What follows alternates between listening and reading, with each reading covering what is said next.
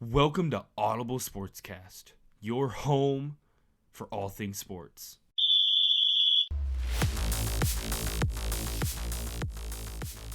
Welcome back, everyone, to another episode. We have Cody and Jeff here today. How are you doing, Cody?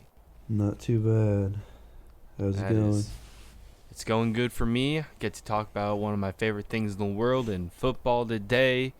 Even though it is the off season, there's still lots to talk about going into the weekend here. It's about to become free agency frenzy. We saw it this week with teams starting to re-sign some of the big-name players, franchise tags, some exclusive tags that we don't really see too much with Lamar Jackson. We'll get into that in a second. But, hey, don't forget, March Madness right around the corner. We'll be doing another bracket this year, so make sure to keep an eye out on Instagram and Twitter. Those are always linked down below to just make sure once that Selection Sunday happens here in really less than a week, actually a couple days now, to make sure that you're signed up and you could have the best bracket. Enough of that college basketball crap. You know, who watches March Madness anyway? Like, only millions and millions of people. I mean, if you don't watch it, then what are you doing? What are you doing listening to us? Because obviously you like sports if you listen to us. But let's get right into it. This last couple of days was the franchise tag deadline. A lot of players were tagged. One player I think it's worth starting out with was a not exclusive tag, which for anyone who doesn't know, that if a player is given that, they are allowed to negotiate with other teams to potentially sign a contract. The player who was given this was Lamar Jackson. So Lamar Jackson now, once free agency starts during the legal tampering period between the 13th and 15th of March, players can't sign until after 4 o'clock on the 15th, but Lamar Jackson was given this non-exclusive tag, so he can negotiate with any team he wants to. But once he agrees to a contract with that team, the Ravens, who gave him the tag, can either, one, match that offer, or two, say no, and the team that Lamar Jackson agrees to a contract with is pretty much forced to give 2 firsts to the Ravens for Lamar Jackson. So that way, no matter what happens, Baltimore gets something for it. And with a lot of these reports coming out over the last couple of days, some of these teams that we thought would be in the Lamar Jackson sweepstakes are potentially saying they won't be, which is an interesting thing we don't have to really get into with that. But I kind of leave with this question. Do you think he leaves Baltimore? I'm not sure about, did the Jets say they're not? I can't remember if they were one of the teams, but obviously right now it seems like they kind of have their eye set on a different MVP quarterback with Aaron Rodgers. But then he's a whole nother situation too, where can the proper assets be exchanged that both teams want? It sounds like Packers want a first at least to start conversation, while the Jets, or at least what's being reported, is you don't need a first to get Rodgers. Not to mention, does he not retire? How many years can you get out of him? That's a whole fiasco in itself. But I could see them, especially if they can't get Rodgers or whatever happens with that situation, they would be probably the top team, if I were to guess, to want to go after Lamar Jackson. All the reports are kind of saying they're kind of they're a team that's a quarterback away from really competing, and it kind of shows this last year when they were a really good team, kind of head to toe, but their quarterback play was horrible, and a guy like Lamar Jackson could really, especially if the rest of that team can stay healthy. I mean, they dealt with a couple injuries during the year, but a team healthy with Lamar Jackson could definitely compete. Yeah, to be honest, the Jets are really the only team I see uh, Lamar going to, but I'd say like teams like the 49ers or something, but I don't think so because I've seen some stuff they're looking to bring Baker in potentially Yeah, I've seen some of those and reports. another lower level quarterbacks. Yeah, I don't know if the 49ers would be willing to also, one, fork the money for Lamar, Yeah, they especially when they won't. have a bunch of. They have quite a few contracts already on the books, but they have like guys like Nick Bosa that are going to be needing a new contract. Pretty much they can sign him whenever now. Not to mention, too, they don't have a first this year in part of the trade to trade up for Trey Lance. They still don't have a first this year for it, so they'd be, kicking the door back for even more years to give the first four. The non-exclusive tag for Lamar. One team I think is a possibility is Atlanta. Atlanta honestly kind of feels like a perfect place for Lamar. I thought they were one of the teams that said no. But at the same time, it was reported that they potentially aren't interested. Yeah. Like, I who, don't see who them doing it though. I don't, but that feels like a perfect place because not only do they have some nice young weapons like Kyle Pitts, Drake London, um, maybe not a good defense, but they have some assets there, and bringing a guy like Lamar and more people will follow because seems to be a well liked guy around the league. But and he's a winning player in the league. I think he's played in 61 games and has won like 47 or something like that. So he's a winner in the league. When you look too, that's a team that kind of like the Baltimore likes to run the ball. You saw kind of with Mariota that they kind of know how to run that read option type system, but I mean, I no diss to Marcus Mariota, but you get a very big upgrade with a guy like Lamar Jackson. So that could be a fun team to watch, but at the same time, they have the top 10 pick. Do they want to give up that and something else plus give a contract for Lamar when No. supposedly, they did say they're out, but who also is reporting that? So I don't know, but that could They be. they need to keep the pick they have.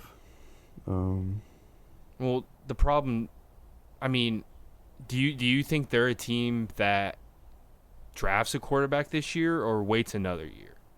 Because right now they um, would probably have to trade up to get one of those top guys, depending on who they like. I don't unless because Carolina has a pick above them, right? I don't have the draft order up right now. Carolina is ninth. I know that because every single Bears fan now is wanting. Okay, I have it up now. Yeah, they could. Let's see. Indy will definitely go. Houston will definitely go for one. Raiders could. I could see crap, what's his name, Richardson from Anthony Richardson from yeah, Florida. I could see them going after him.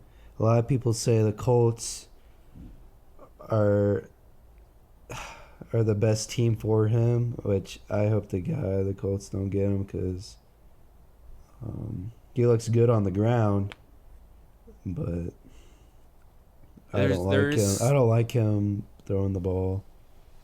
I mean, we were saying the same things about Jalen Hurts when he was coming out of the league. I mean, we were even saying that a year ago at this point about Jalen Hurts, and he's someone that's kind He of similar was to that Jalen Hurts type.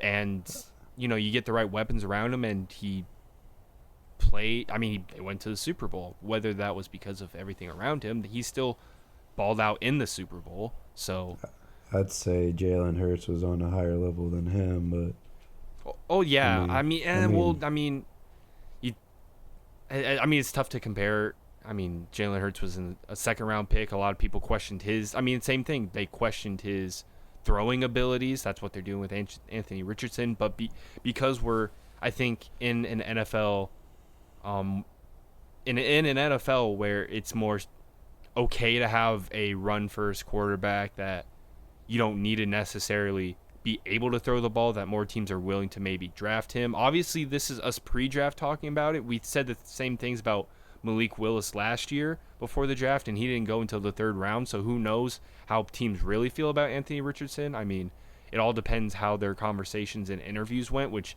at least from everything I've heard, went really good, and he seems like a very intelligent person, so who knows? I mean, we don't get that, inside the kind of stuff.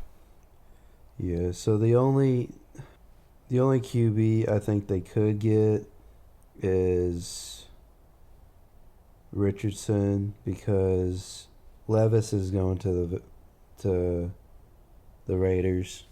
I don't think the Colts are going to go for him. Hopefully not. I mean, I wouldn't mind him. I think he's way overhated. But I'd like Stroud. But this is also assuming no one trades up too, because we have potentially the number 1 and the number 3 available for teams to trade up for.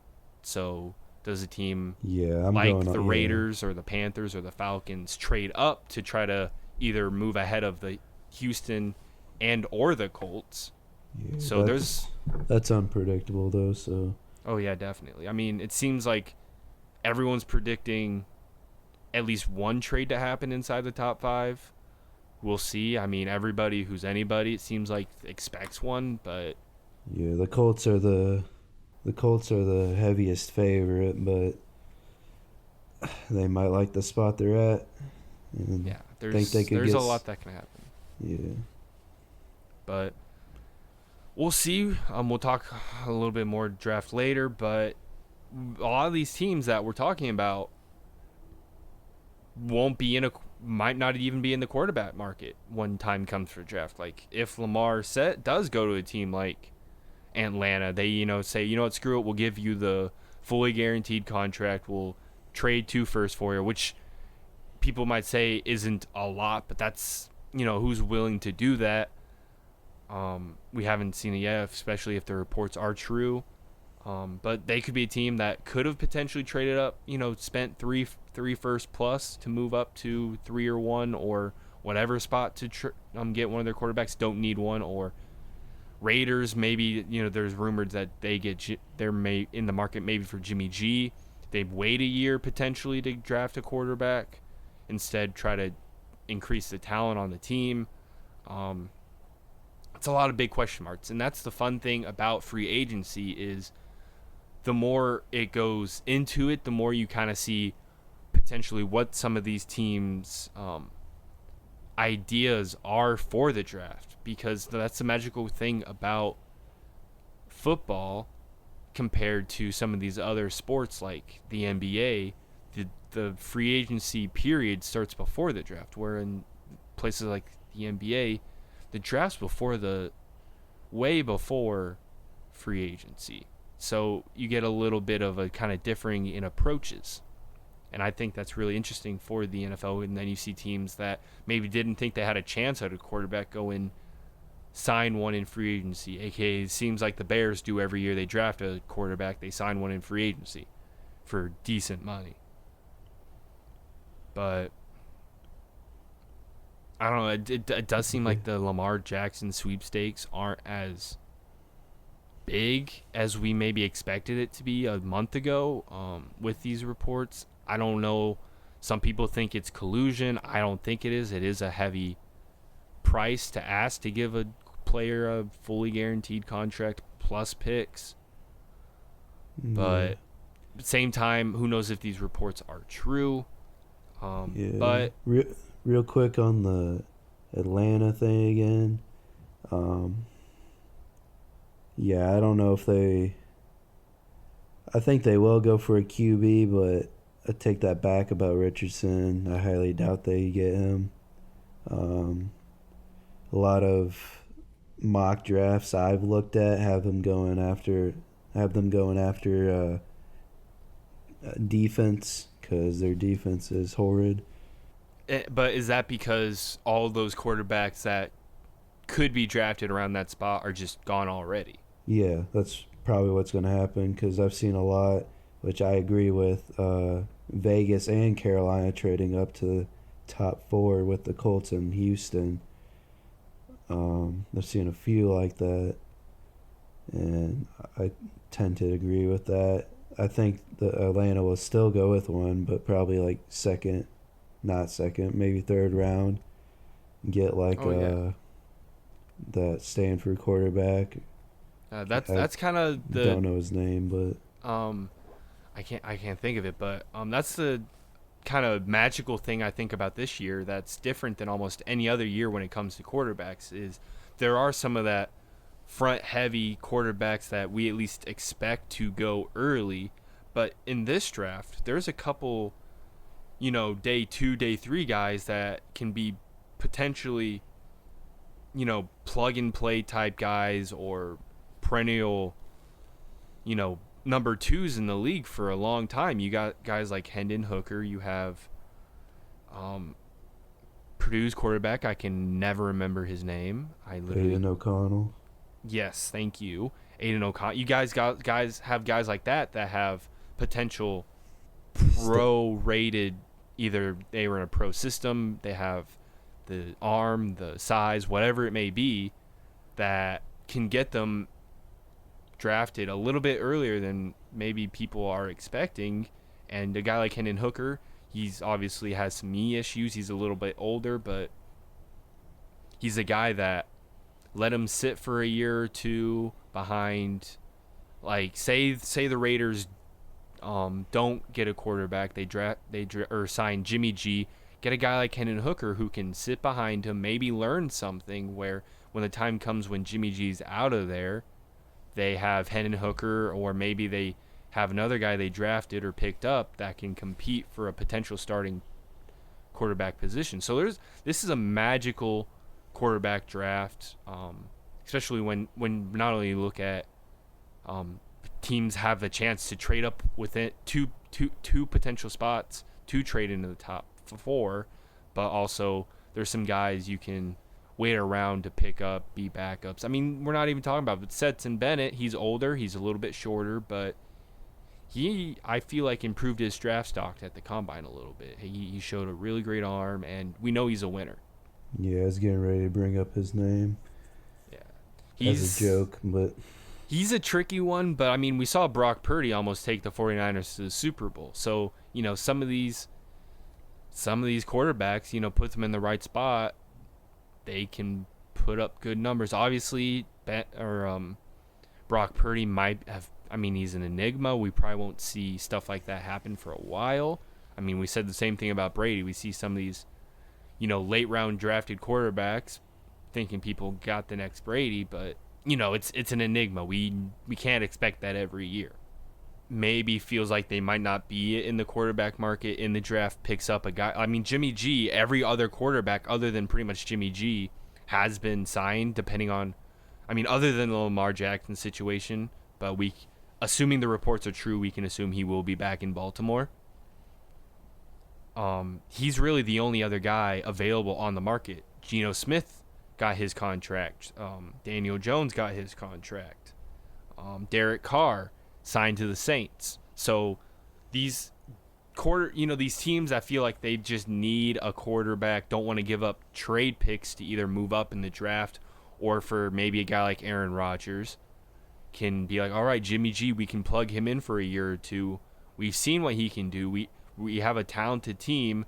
Can he play up to a level that makes us competent until we can get maybe another guy? At least that's what it feels like Jimmy G could be for a lot of teams like Washington that might not be in the market, and to fight also with what they have in Sam Howell. So we'll see, but this is a lot of quarterback talk. Let's move over to the rest of this free agency. Obviously, the There's been lots of running backs that have been franchise tags when we expect. I mean, it's still a deep running back class, but we have Saquon, Josh Jacobs, and Tony Pollard, who have all been franchise tagged, so they will be stuck with the team they played with last year for at least a year. They have until, I believe, July to get a long-term contract done before the season starts. So I'm sure we can see at least one of those players get a new contract by the time the season starts. I would assume Saquon, if any of them.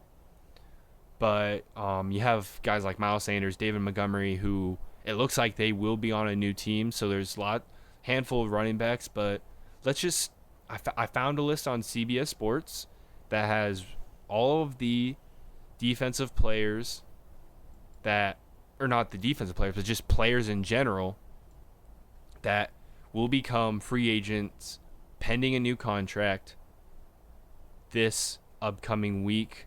Like I said, 13th through 15th is when teams can negotiate with agents on potential. Nothing can be agreed on, but we all know everything gets agreed on between that time.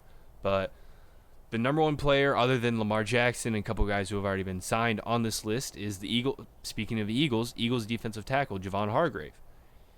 He is a little bit on the older side, but other than Daron Payne, was the number one interior defensive lineman coming into this free agency period, and he's going to be getting himself a big fat contract. A lot of teams are actually in the negative, but there's a handful of teams that have a good amount of cap. I mean, we've talked a lot about the Falcons. They're number 2 with around $60 million to spend this offseason, so they could.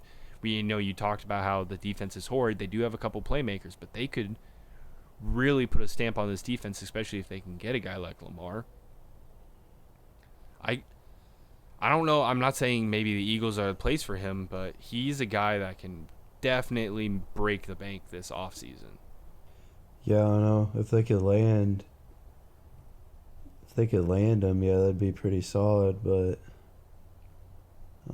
no team really comes to mind who would give him a big fat contract.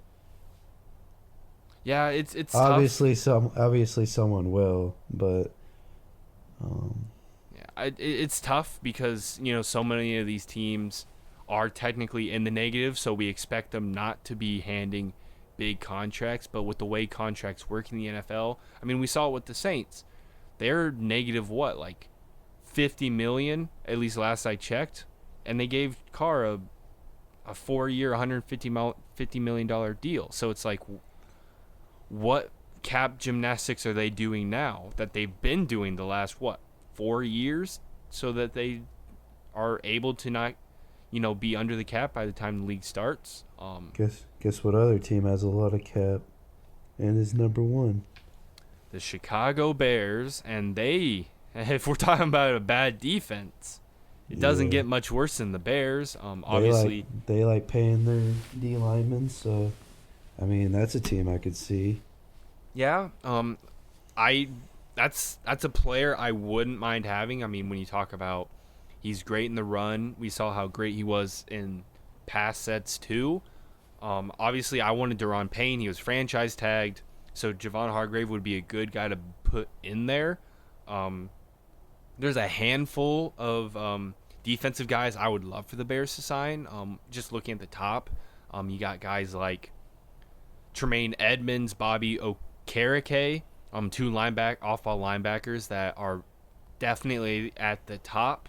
I would say the best 2 linebackers on this free agency that a lot of people maybe are expecting the Bears to sign, or a very linebacker needy team.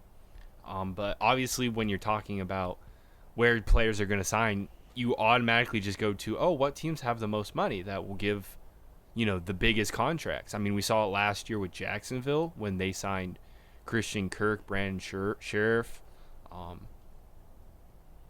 Evan Ingram. I mean, that was kind of a lower deal contract, but still signed him. They spent big money. The Patriots in the past have been big spenders, surprisingly.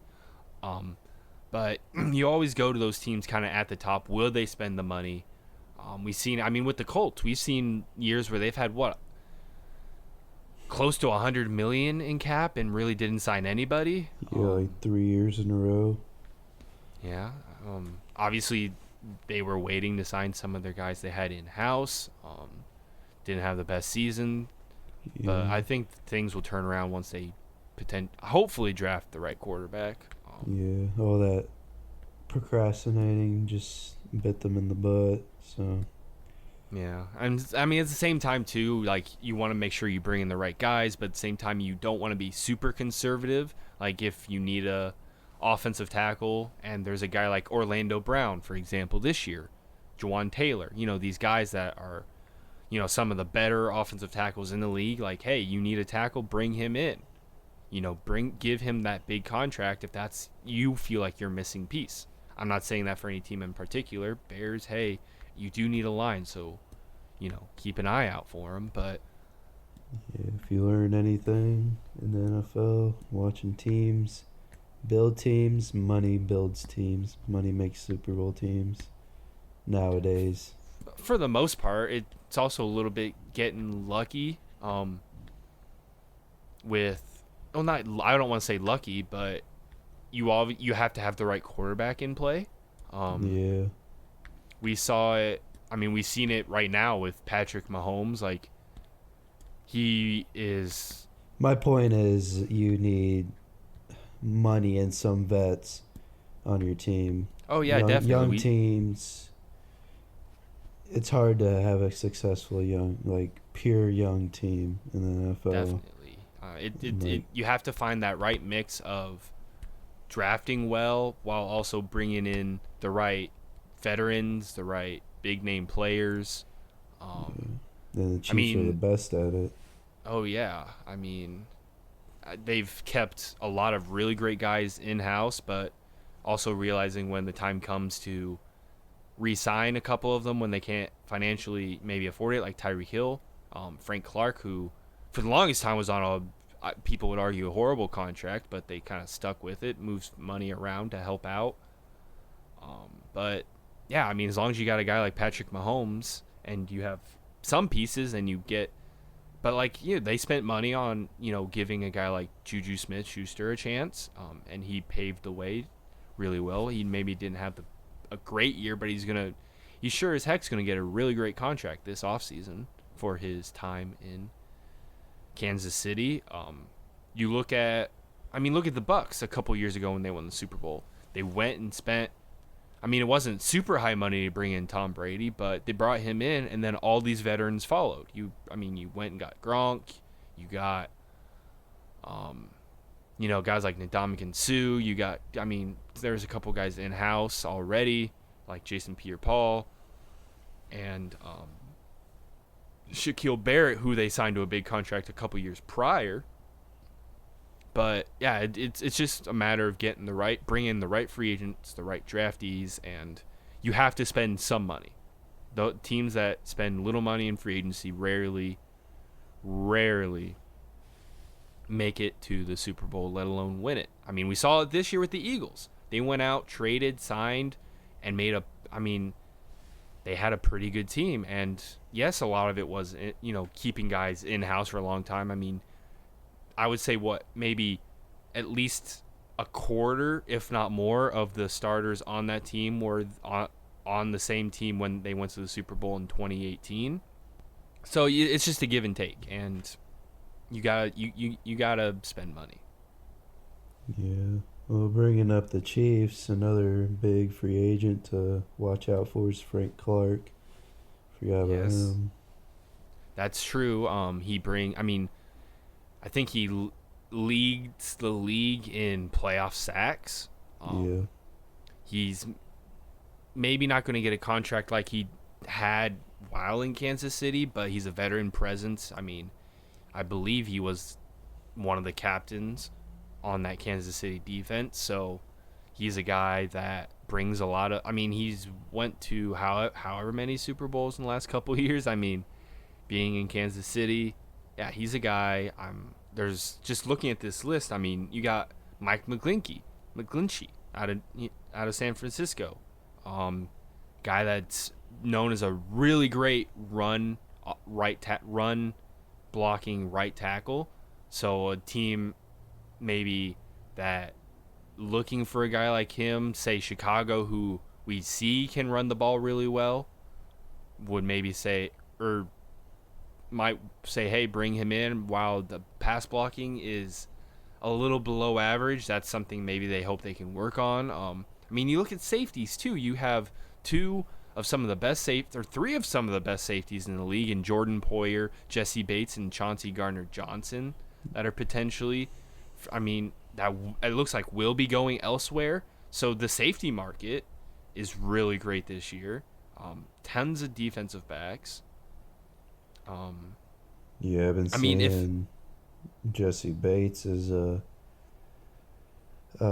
favorite to go to Atlanta, but yeah, I mean, Atlanta, it's a team that needs the defensive help, has the money to spend.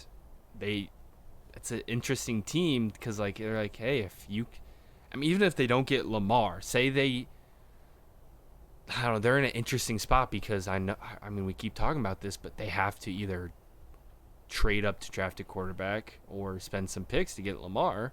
So yeah, I don't see them doing it, but could they be in the market for Jimmy G? Do you think? Or do you think they just try to get some more pieces around the team? I'll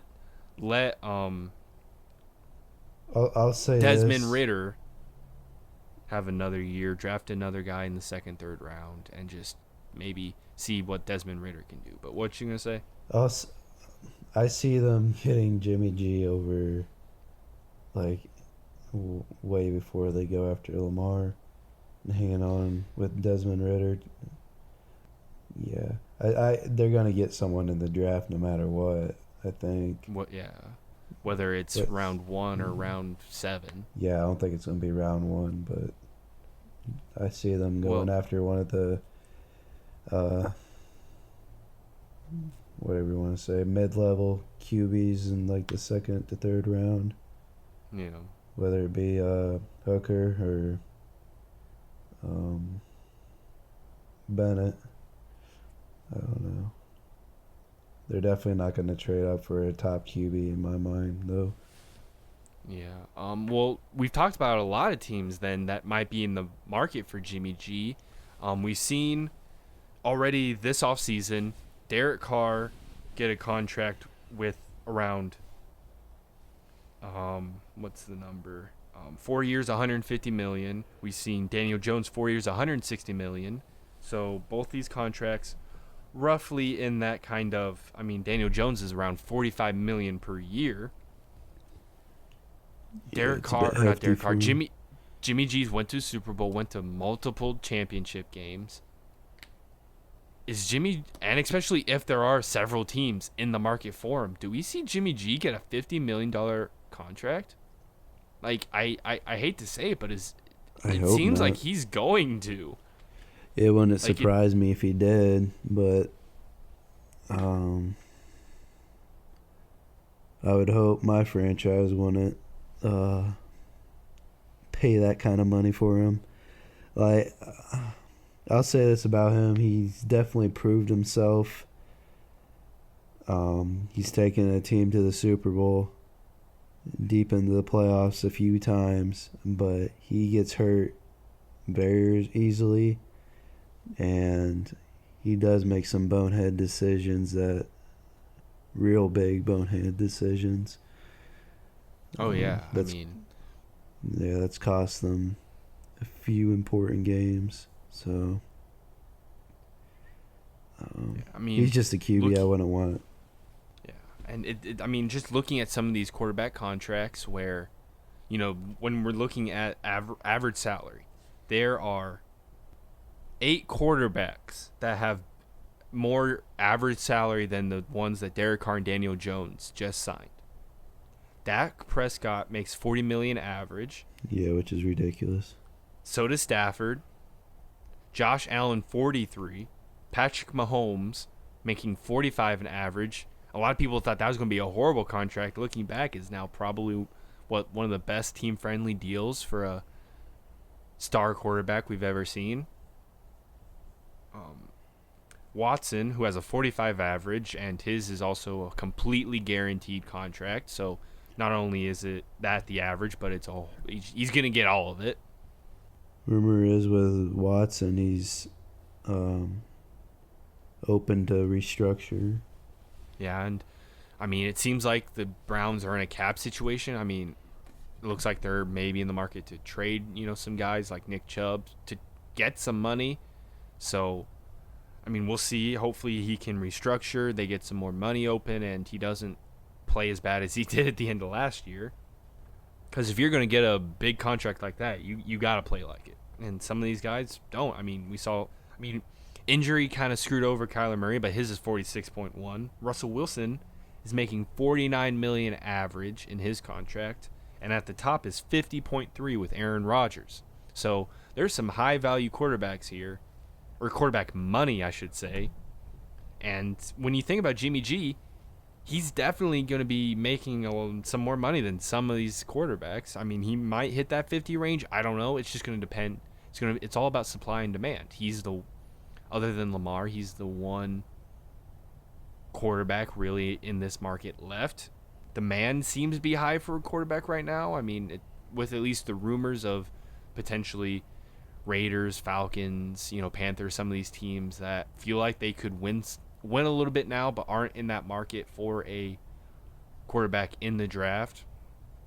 So Jimmy G might hit that 50 mark, and I don't know if that's scary or weird or whatever it is, but that's something.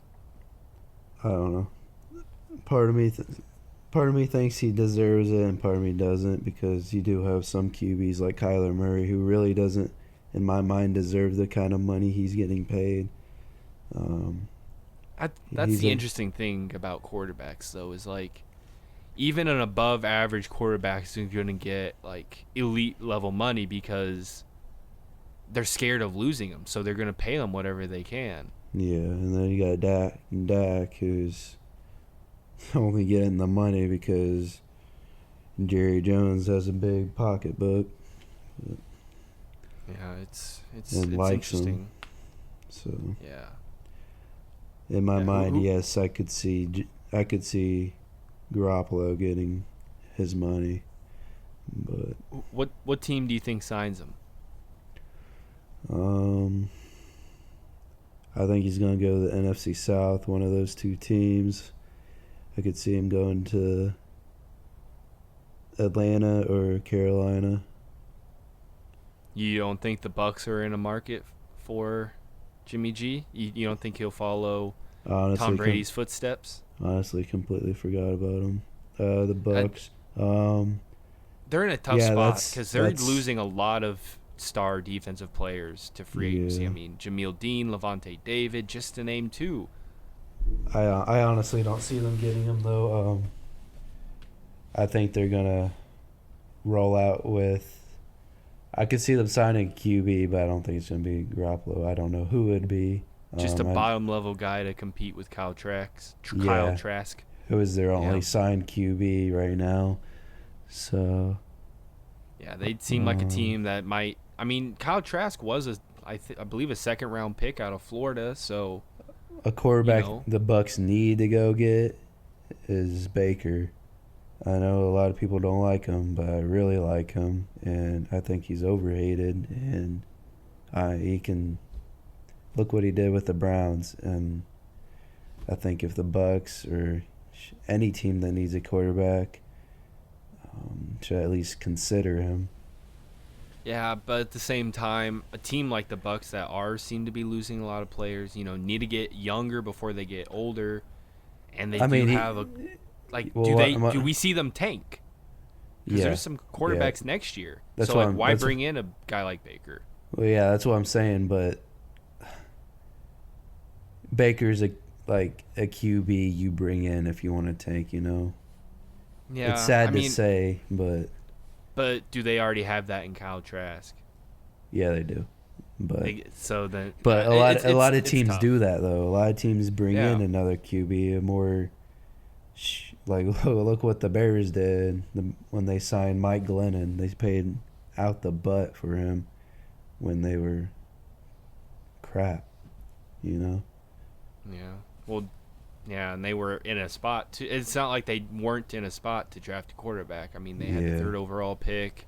Patrick Mahomes, Watson. So teams spend the money even though they're in a bad position or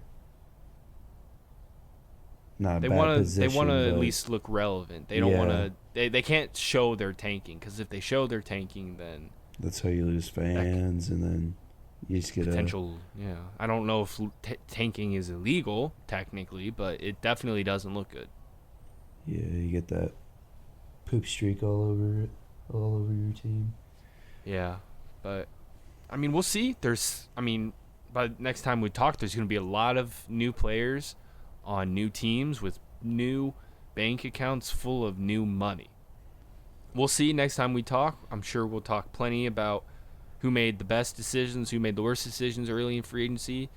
There's going to be free agents probably signed up until the league games start. I mean, it seems like a guy like Odell might not be signed until at least OTA start or close to OTA's ending. It depends on his rehab. We'll see. But hey, make sure like, comment, subscribe, leave feedback wherever you're watching it. Like I said earlier, socials are always linked down below.